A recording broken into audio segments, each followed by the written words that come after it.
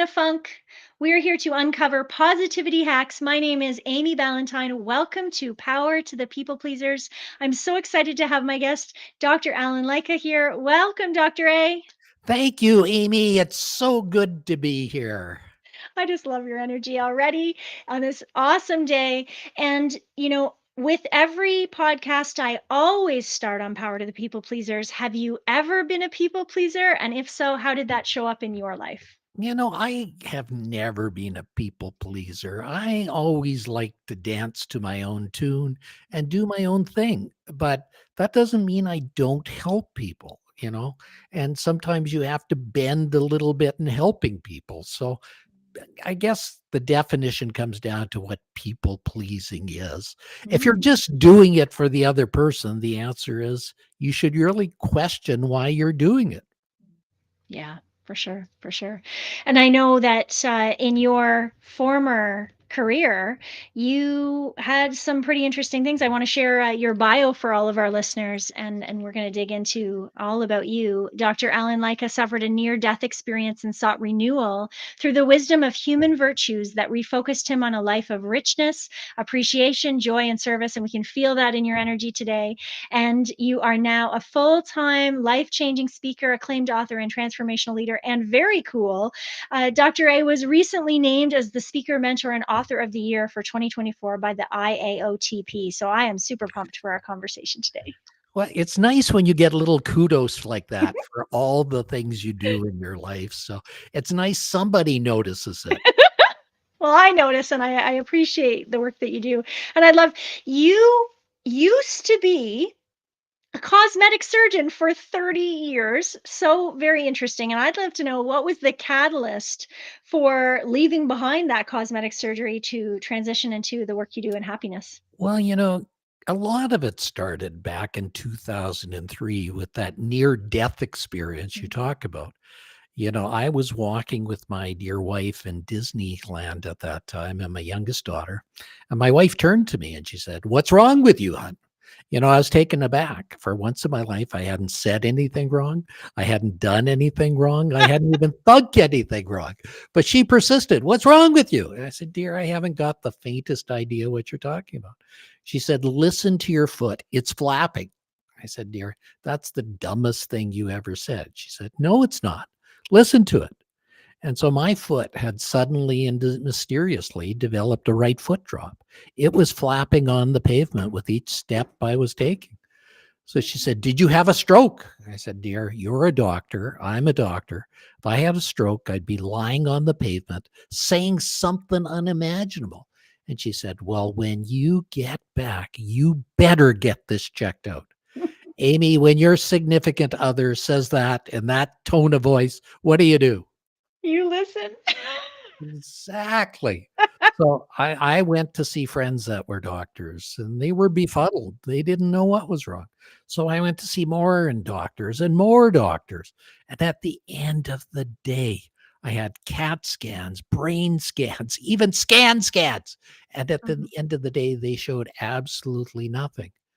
So my friends got together and they sent me to a world leading neurologist. Now, for those who don't know what a neurologist is, it's a brain doctor. It's the doctor that figures out all these complex problems. And he called me in and I came in and he said, "You better be sitting down when I tell you this." I said, "Why? I have a dropped right foot." He said, "No, you don't. You have ALS. That's also known as Lou Gehrig's disease. Get your affairs in order because in 6 months you're going to be dead." Holy smokes. I said, "Wow." I said, "Is there a way to prove this diagnosis?" He said, "Of course, on autopsy." So I got mad. I stormed out. I slammed the door and I said, "I'm not going to die to prove you wrong." I made it to my car and I cried. And I somehow made it home after a couple hours. My wife says, "What's wrong?" I said, "I'm going to die in 6 months."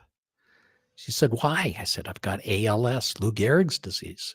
She said, "No, you don't. I don't know what you have, but I know you don't have that." But when you go through something like this, Amy. You go through the stages of death and dying that Mhm. Elizabeth Kubler-Ross wrote in her book on death and dying. And Mhm. their anger. You get angry at the world. I was angry at everybody. I was angry at my staff, but I couldn't share with them what was wrong. Otherwise, they might abandon me. Right. You go through bargaining. Oh God, please don't let this happen. I'll do anything if you don't let this happen. But I thought God wasn't listening back then. You go through denial. Oh, there's nothing wrong. I can do anything. So I'd work 12, 14-hour days, but then my right hand began to give me a problem. And I was a right-handed surgeon, so that gave me more problems. But I was smart. I learned to be a left-handed surgeon. And I really developed techniques that didn't even exist then for left-handed surgery. So then you go through depression. Amy, have you ever been depressed? When I had postpartum. Oh, yeah. And it's Mhm. terrible because you Mhm. can't eat, you can't sleep. The whole sky is falling on you. The Mhm. world is clouding on you. You can stay in bed all day, not Mhm. wanting to do anything, but you plow through anyhow. And then I was so black and so dark. I even had a plan to kill myself because I wasn't going to die of ALS. An ALS death is terrible. You eventually die in your own secretions, not even able to breathe. So I went to my wife before I did that and I said, "Dear, what do I have?" She said, "I haven't got the faintest idea, but you can figure it out. You're smart." I said, "I've seen hundreds of doctors. They couldn't figure it out." She said, "Well, perhaps you haven't seen the right doctor yet." Yeah. So I found something new back then in the early 2000s. You might have heard about it.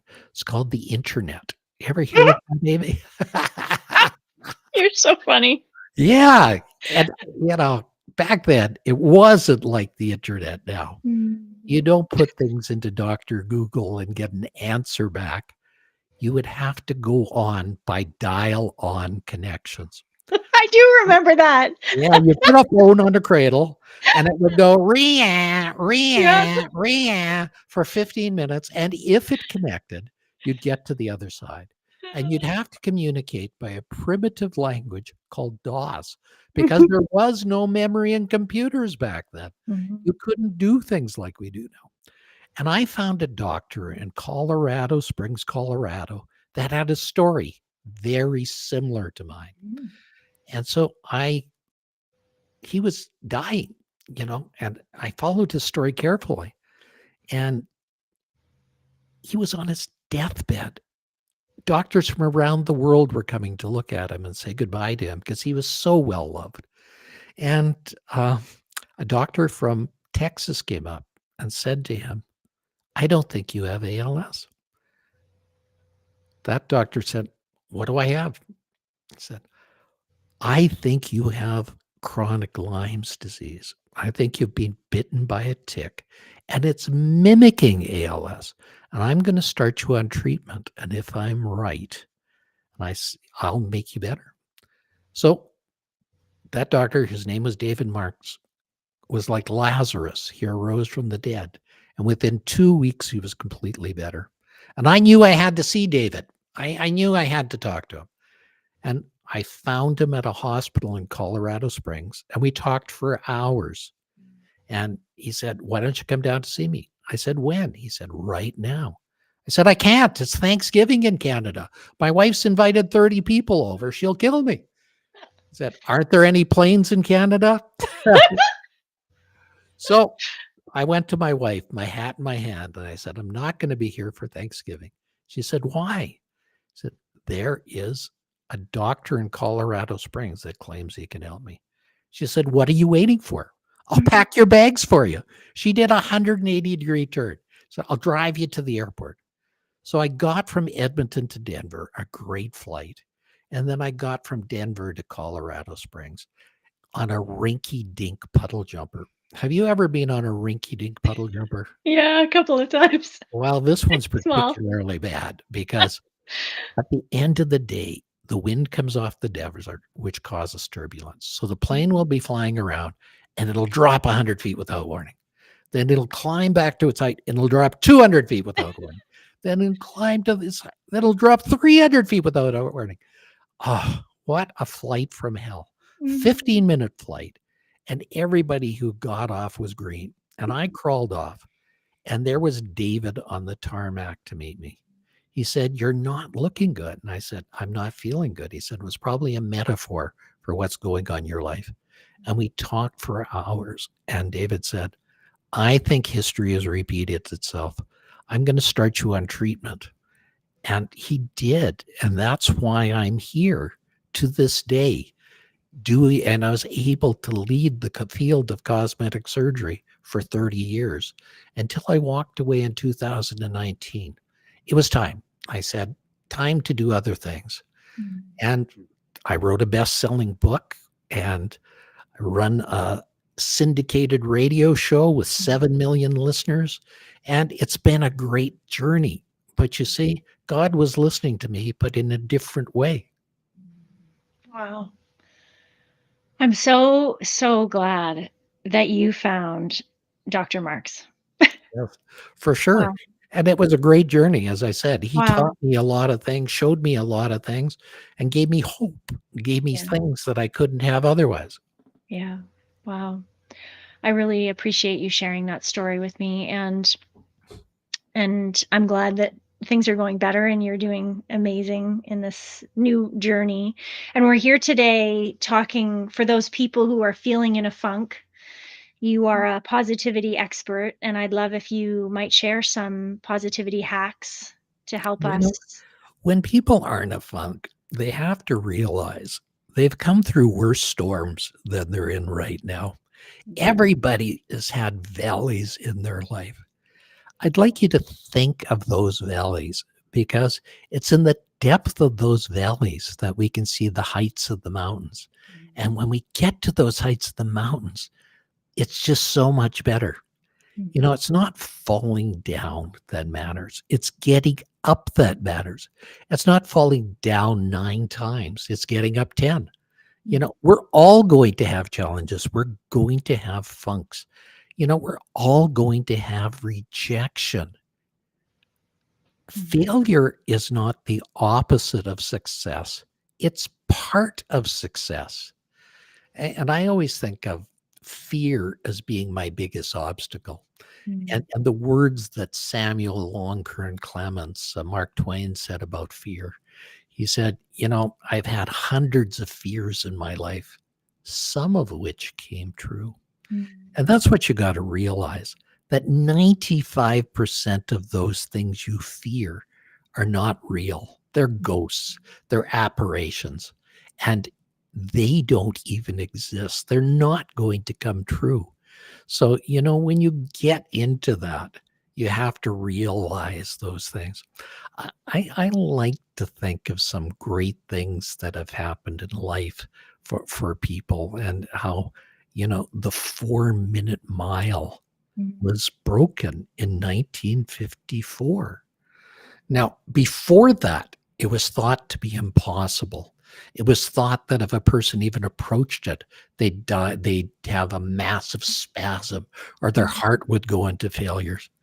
You know, since that time, the 4-minute mile has been broken over 20,000 times mm. by even high school students. Now, what changed? It wasn't the body. We still have the same bodies that we had, but the difference is we now have a belief that it can happen. Yeah. We now know that it can happen. Now, what about climbing Mount Everest? Now, that was thought to be impossible until 1952 when Sir Edmund Hillary did it. Now, it took him 9 attempts to do it. 9. Mhm. Now, could you picture what would have happened if he would have stopped after his first attempt? Yeah. You know, it just doesn't work that way. So when you're in a funk, just think of it as a challenge. The Mm, way I tried to deal with it, you know, I like to listen to some of my old favorite songs. mm, They remind me of those times when I was a teenager in a funk, and they really helped me to get through that time. I think of all the accomplishments that I've had. Mm. I was a leading cosmetic doctor for over 30 years. I was on the stage over 17 times. I wrote 17 books when I was a cosmetic doctor. Wow. You know, I did amazing things for people. And I still have a couple of those letters. One of the things towards the end of my career, I specialized in was scar correction Hmm. because we got lasers to deal with scars that we didn't have before. And not too long ago, I got a letter from one of my patients saying, "I'm not sure if you remember me. I was a lady that came up from Boston. I had a scar in my chest because a doctor treated my chest with the laser and went too deep. Oh. Said, you looked at that scar and you said, you're going to try. You didn't promise me you were going to correct it, and she said, my chest is now perfect. You made my scar perfect, Dr. Lycka. I couldn't have done it without you." And I get hundreds of letters from people like that. And if any of you are out there that have been treated by me, send me a letter. I'd like to hear Mhm. your successes as well. Because really, my success is your success. And that's what it's about. When I do motivational speaking, it's my success is your success. I make it known that your success is important. Mm. I love that. I love that. And when these individuals who are perhaps in this funk, they're letting fear take over. What you mentioned that listening to songs, you mentioned, reading old letters from people. What else would you recommend to Well, someone think who think of is, think of that word fear. yeah. Fear. Again, it's a word that means the following: forget everything and run, Mhm. or face everything and rise. Which one Mm, do you want to be? Which one do you want to be at the end of the day? yeah. Now, life isn't without problems. We all have problems. It's how you deal with those problems. It's not what happens to you. It's what you do is what matters. And that really makes all the end of the day. Yeah. So first you got to change your attitude. You really have to mentally change that attitude. And the one thing you notice, I am enthusiastic. And you should have address every day with enthusiasm. And I'll tell you a little story about enthusiasm because that'll help you explain why. There was a carpenter, and his name was Fred. And he was tired. He had worked in the same company for 30 years and he was done. So he went to his boss. He threw his keys on the desk and said, "Boss, I'm done. I can't do this anymore." The boss was taken aback. He said, "Why, Fred? You be my number one carpenter for all these years." He said, "Well, I'll recognize your wishes, but could you just do one more thing for me? Could you build me just one more house? Only you can do it. You're my master carpenter." So Fred begrudgingly said yes, but his heart was not into it. Every day he dragged his ass to work and barely got the job done. For the first time in his life, he did shoddy workmanship. But at the end of the day, the house passed inspection. So he went back to the boss and said, "Okay, boss, I'm done. Here's the keys." The boss said, "Hold it, Fred. We're going to have a big party." So they got everybody together in the office. They had champagne, they had caviar, they had the big party. And then the boss called everybody around and said, "Everybody, this is Fred's last day. I'm going to be so sad, but he's going to be happy. And as a token of my appreciation, Fred, here's the keys to the last house you ever did." Now, do you understand why I tell you that story, Amy? Oh, You do very not know what's going to go on. But if good. you address it with enthusiasm, you're going to do better. You're going to do the right work. Now, could you picture how that house would have been if Mm, Fred did it with his usual enthusiasm rather than the shoddy workmanship that he did? mm. It would have been a far different house to live in, you know? Yes. And Yeah. this is what you got to think of every day. Every day when you get up, you should be grateful for the things that are going to go on in that day. You should be, it may be good, it may be bad. But look, I wasn't supposed to have a next day. I was supposed to be dead in 6 months. So every day that I have is a bonus day for me. Mm. It's a golden day for me. And so you should yourself have the best day of your life. Every day should have been. And every night before you go to bed, you should think of the great things that happened in your day because those are the things that are going to make all the difference. I love it. I love it. I'd love to know as we near the end of our time together.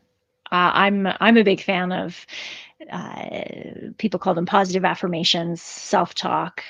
What would the things be that you use You that know, you haven't already mentioned? I think there's a lot of them. And if anybody goes to my book, The Secrets to Living a Fantastic Life, Mm, there's over 150 quotes and affirmations in there for people to use to get to another level. I mm. recommend people go there.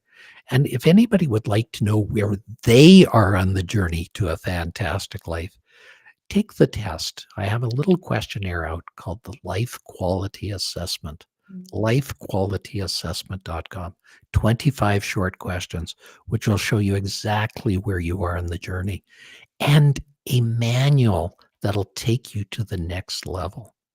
Amazing. And you also shared with me that there is a free 11-part strategy to overcome disruption and help have a fantastic life. Can you share a little bit about that? Yeah, just go to my website, Dr. Alan Lycka, and write my girl, Tammy, and we'll gladly share that with you. Amazing. Amazing. So, any other places that people can connect with you other than your website? That You would be great. know, I have a syndicated radio show Mhm. called How to Live a Fantastic Life. You could listen to it on the Brushwood Media app. You can certainly connect there and lots of good things there to listen to. I have over 800 episodes there. Mm. You Wow. also can listen to me on iTunes. Very cool. I could listen to your voice all day long, so it sounds like there's enough episodes to do that. And my voice is not that good today because I was Oh. just on a trip. So it's a little bit croaky, but it's better. I had to warm it up, but it's getting there. Oh, it's awesome.